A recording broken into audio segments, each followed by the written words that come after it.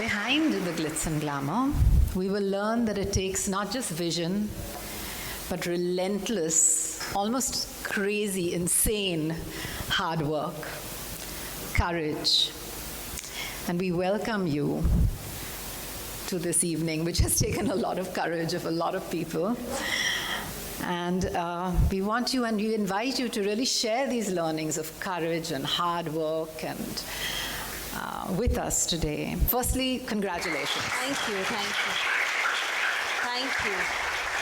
Thank you. I tried to tell her, please bring the Oscar, but she was like, no, it's okay.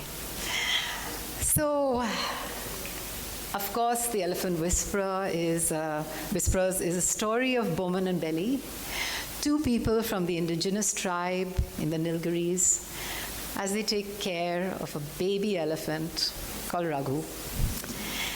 And I invite those of you who haven't seen it to see it. It is an incredibly special film.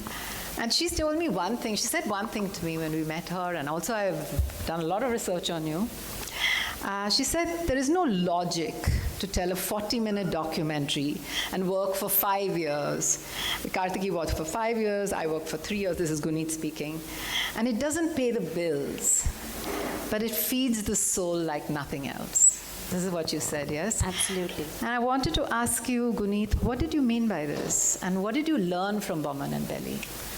Thank you. Thank you for having me here and celebrating our work. Means a lot.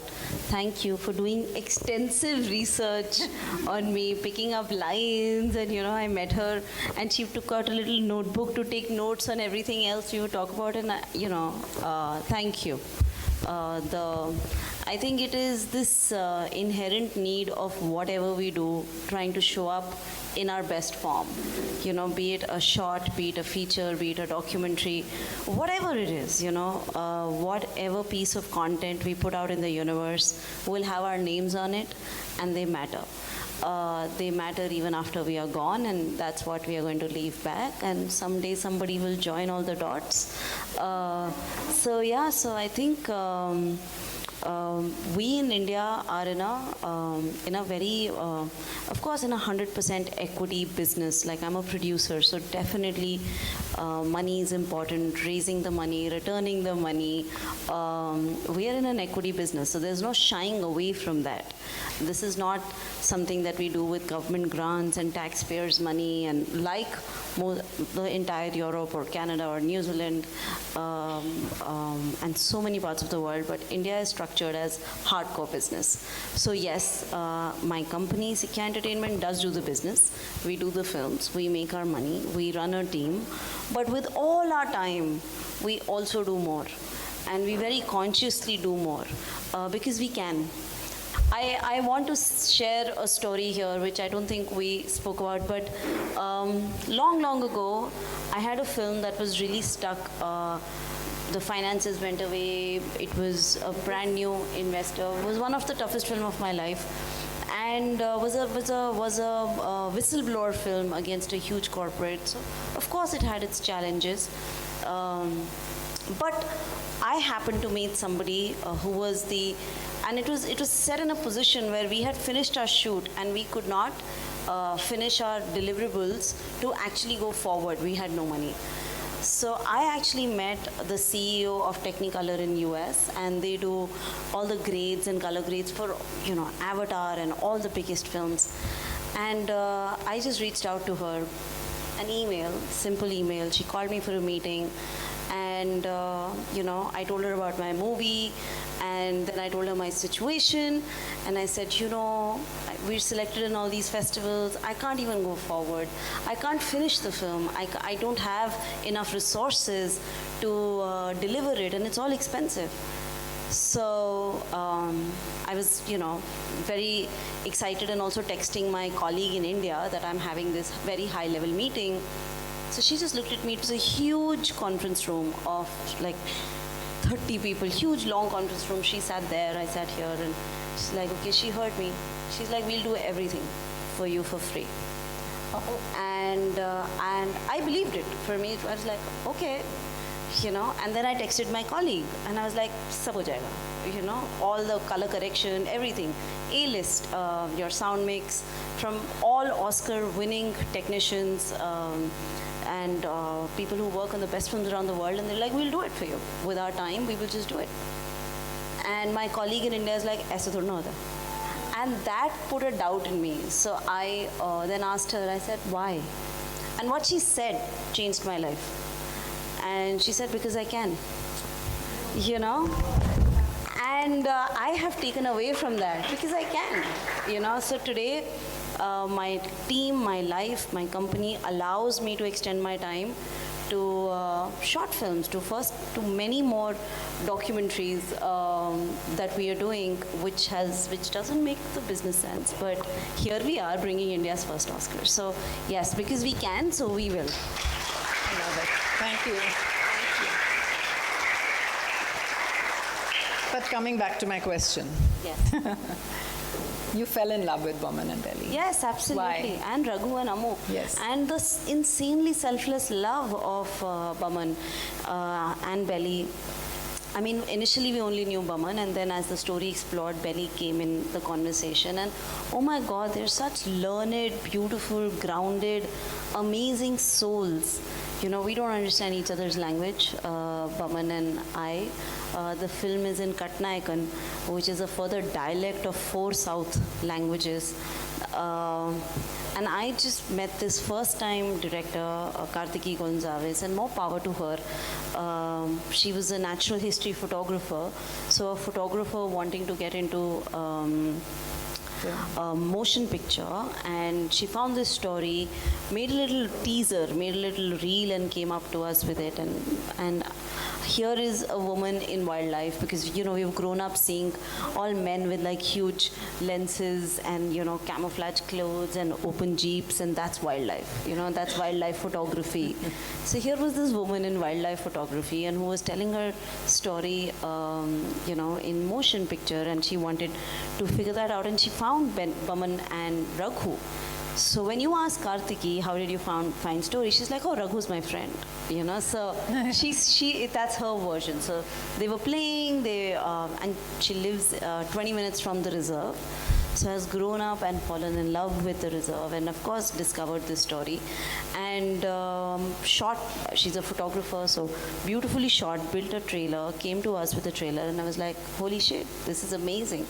Let's do it. And that's when, you know, I feel like ideas are free, but execution is the real game changer, and distribution is the impact. So I just feel like that's where producing and all these years of knowledge and comes handy, where let's go on a journey of making this happen. But when I saw that, I saw the teaser, I saw selfless love of Boman Belly. There is no comparison of it had so much to say, you know, in the world that we live. Boman says that I take everything I need from the jungle and I have enough. Yes. You know, and where it's never enough, you know, so what is enough? And you know, showing this film around the world, it was never about, you know, Boman Belly, and people asked us what they can do, and it was never about giving them money, you know. They're fine, they're government employees, it's a scheme of the government, of mahouts and of baby elephants, but it is a beautiful journey. It was eye-opening for us, for me. It was the first time for me to be in the space of wildlife as a filmmaker, as a storyteller. And the film had its own destiny. It just went all the way. You know, I genuinely feel stories choose us. You know, with all our knowledge, we can only show up with all our integrity, and stories come knocking on our door, and then it is our response to them that, you know, defines our journeys, our careers. Yeah. Yes, thank you so much. That was very beautiful. So Guneet's biodata reads like a dream. I'm not going to take too much time. You can look it up on Google.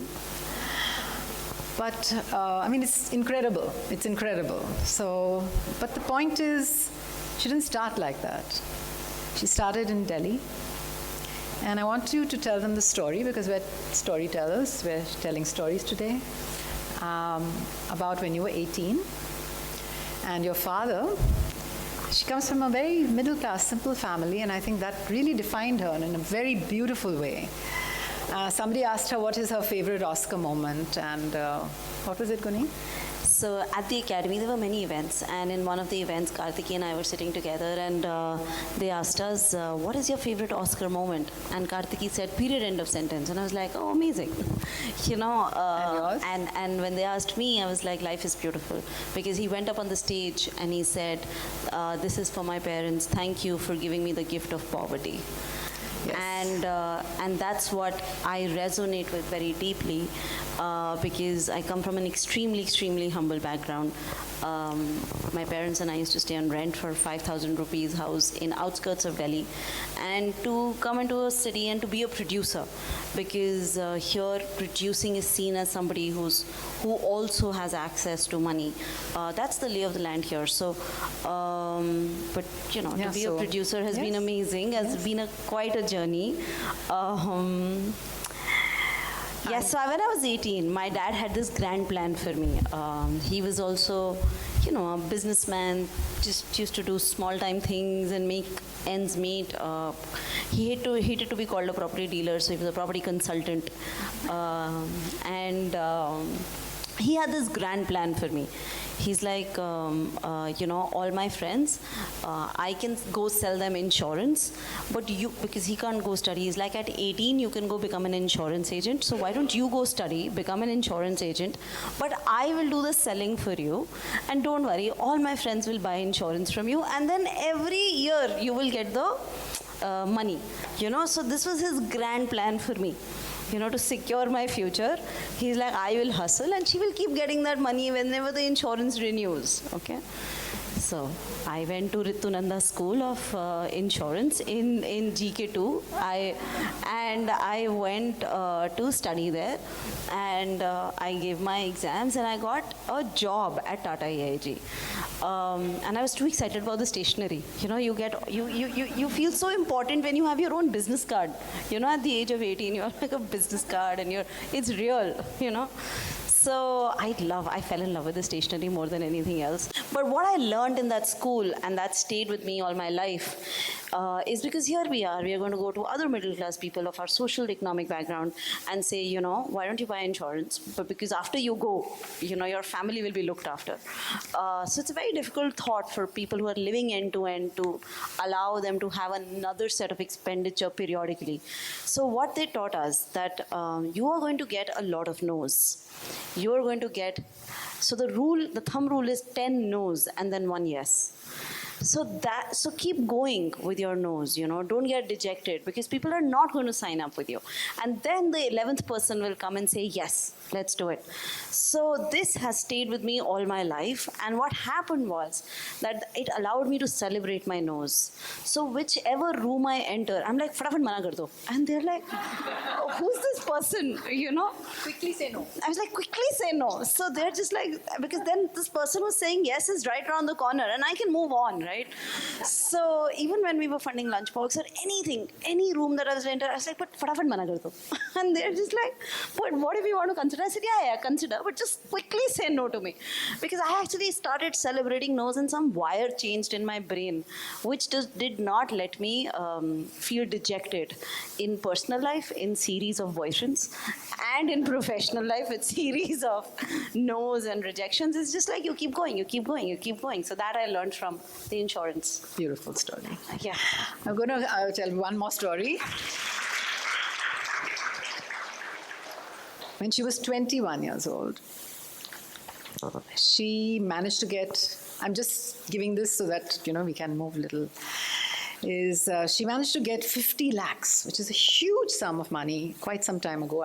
I don't know when, I forgot the date. I'm now 39. Yes. And I'm double your age. No, I'm not double, but something like that. Something like that. So when I was 21. Anyway, I'm telling the story. Yeah. When you were 21, you managed to get 50 lakhs from your neighbor, downstairs neighbor, upstairs neighbor. Like literally she had to pass him to go to her house, to make a film called Say Salam India.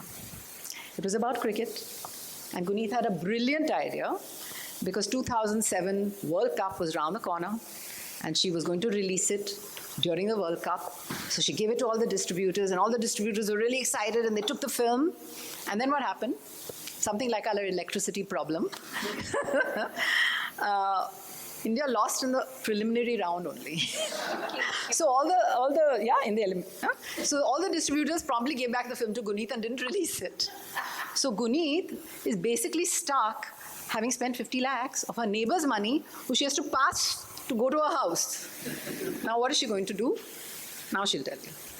So I was 21 and I got my first. So I've studied mass communication. So my neighbor one day came up and he said, "हम ना एक studio बनाएंगे. We'll make a studio and we'll make cute videos of kids and give it to their parents. So why don't you run it?" I was like, "What is your budget for this?" He's like, 50 lakhs. I said, "It's a very bad idea. I didn't study mass communication for this. Do you think you can give me this money and I can go to Bombay?" And I've never come to Bombay. Okay, I can go to Bombay and make movies. He's like, "Okay." He said yes. I came here, started taking meetings in a food court in Infinity Mall. I was like, "I have 50 lakhs. Why don't you tell me a story?" And I started meeting all kinds of people. I only knew vendors because from Delhi, I knew catering vendors and lighting vendors. Those were my first friends here in Bombay. And they introduced me to ADs, and those ADs then pitched me to more people. Assistant director. So anyways, that's how I found this story, Say Salam India. It was 2006.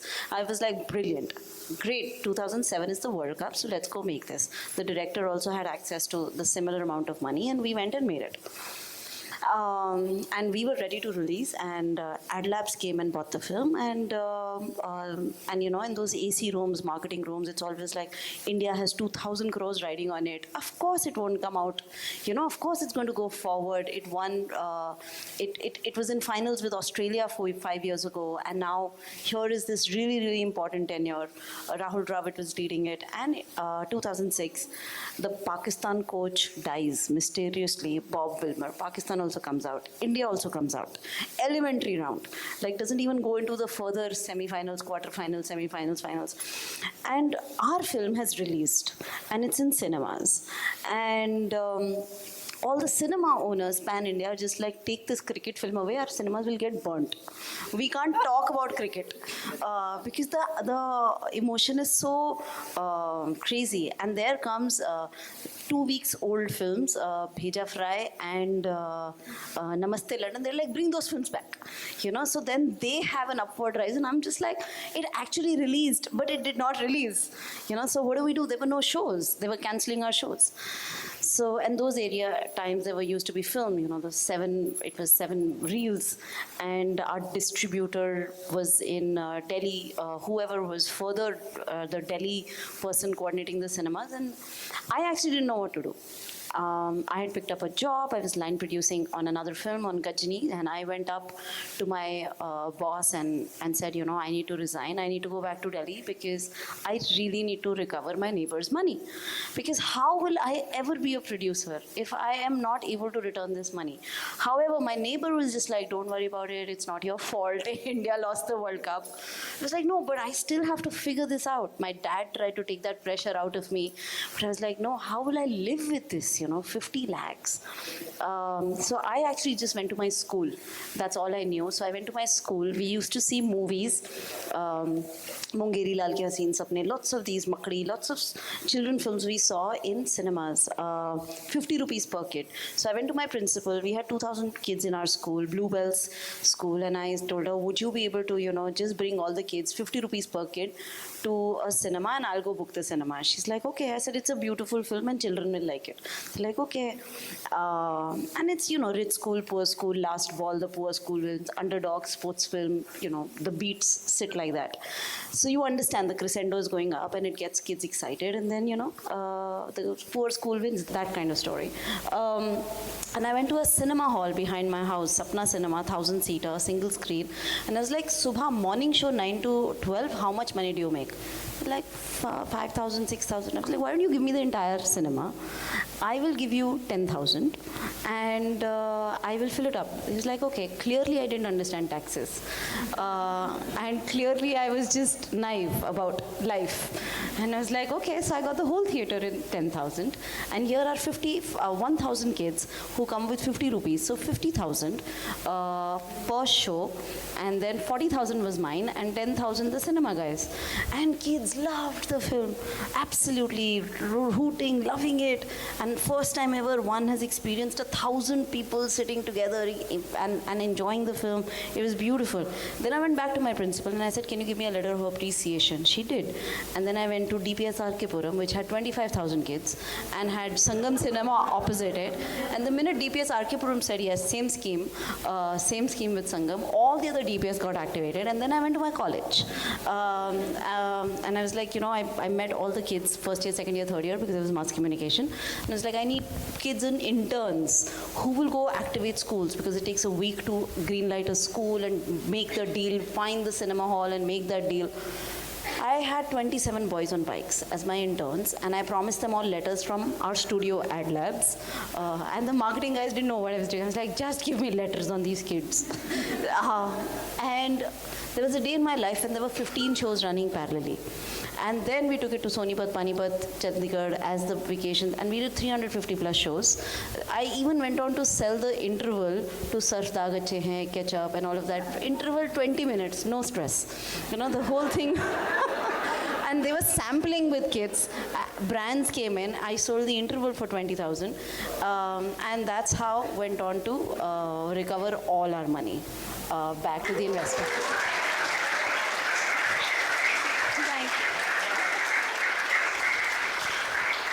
Of course, it's not about the money. It's not about the money, but it's just about her. It was about allowing myself to be a producer.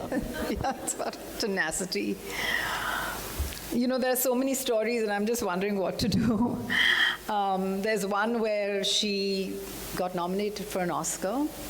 Her film got nominated for an Oscar, Kavi, the one where the boy, the Bricklin boy, and can you tell it very quickly what you did? So basically, she didn't have any money, which is the story of her life, right? And so she's trying desperately to get money. Nobody's giving her money, and finally, what does she do? Just say no.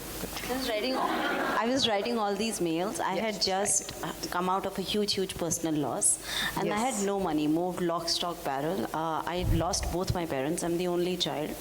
And in 2009 and 2010, I was here and a film got nominated for the Oscars.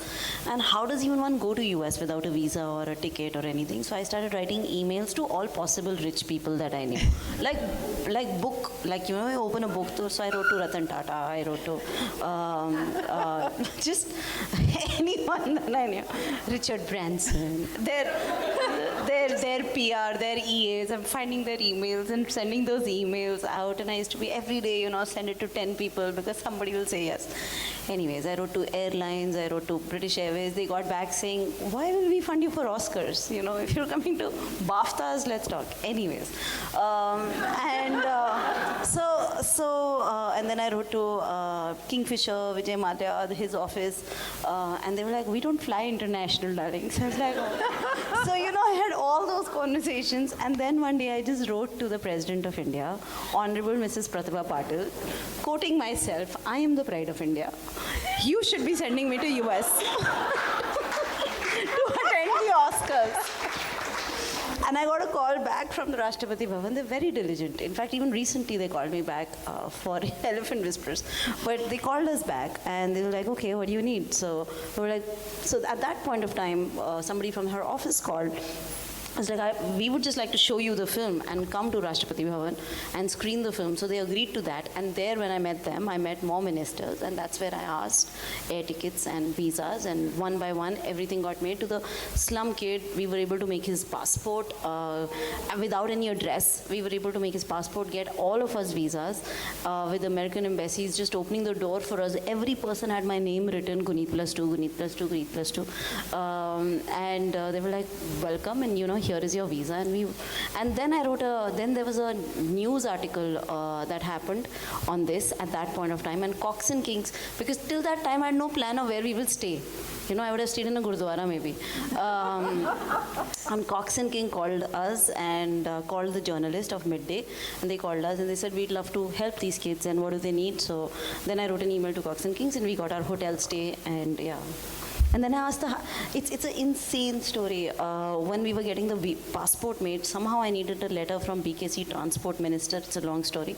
I was standing there was another person, and the minister was not there, and there was another person suited, booted, and for an hour we were looking at each other, and it was like, hi, I'm Guneet, what do you do? He's like, I'm the marketing head of Jaguar India.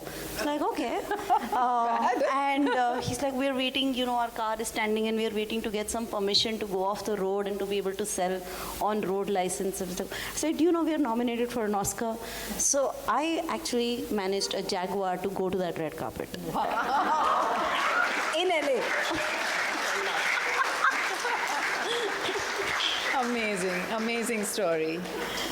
And despite all this, no one took her seriously when you were very young. So what did you do? I colored my hair white and started wearing saris and prayed for specs. I used to have 0 specs. And then I used to look very silently. At that point, I'm just now going to turn 40 this year. But at that time, I used to ask people, guess. So everybody used to like, this is the most dreadful question, how old are you? And I used to be like, guess. They said, late 30s. I'd be like, yes! Yes, you're right. So, yeah. She colored her hair white because people wouldn't take her seriously. Yeah. I think what sums up Guneet, many things, but her favorite, not favorite, but one of the things she keeps saying when I met her is, Karam karo, show up with your integrity, wake up and do the work. No obstacle is an obstacle in my brain. I serve the story, I serve the filmmaker. She told me the story that the Oscar, it was so difficult to get because at the same time there was a film by Malala, which Malala was backing. Netflix had 2 films, Martha Mitchell Effect and Elephant Whisperers. So they were supporting both of them, and there was a Malala film. So it was quite a competition. And with Malala promoting a film, so they had articles in New York Times all the time, just about the film all the time. So it was quite, but I think destiny of the film. So I was just showing up and doing my work. And writing emails as usual. Yeah. And asking. And I let people say no to me, So I was just like, let me ask. So there's this beautiful saying that I really resonate with, that mehnat karo, and jab mehnat par रहमत होती है, तब मेहनत पे 4 चांद लग जाते हैं. So all we can do is just show up. And then there is grace. And if that grace happens, then, you're showing up and all the work and years of work, it just shines bright. But you have to work hard and show up and, get over all the no's and, keep going. It's not like this person said no to me, so this can't happen. We'll all find our audiences. We'll get out there. More power to Karthiki picking up a camera, shooting a teaser and, finding a producer, finding a studio like Netflix and going all the way winning an Oscar. So I'm inspired by her.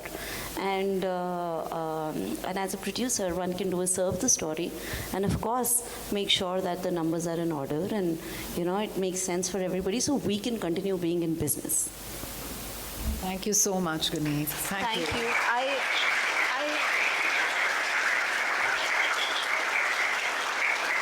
Thank you. Thank you for having me here, and I just can't go before saying this, that I'm hugely, hugely inspired by Ronnie.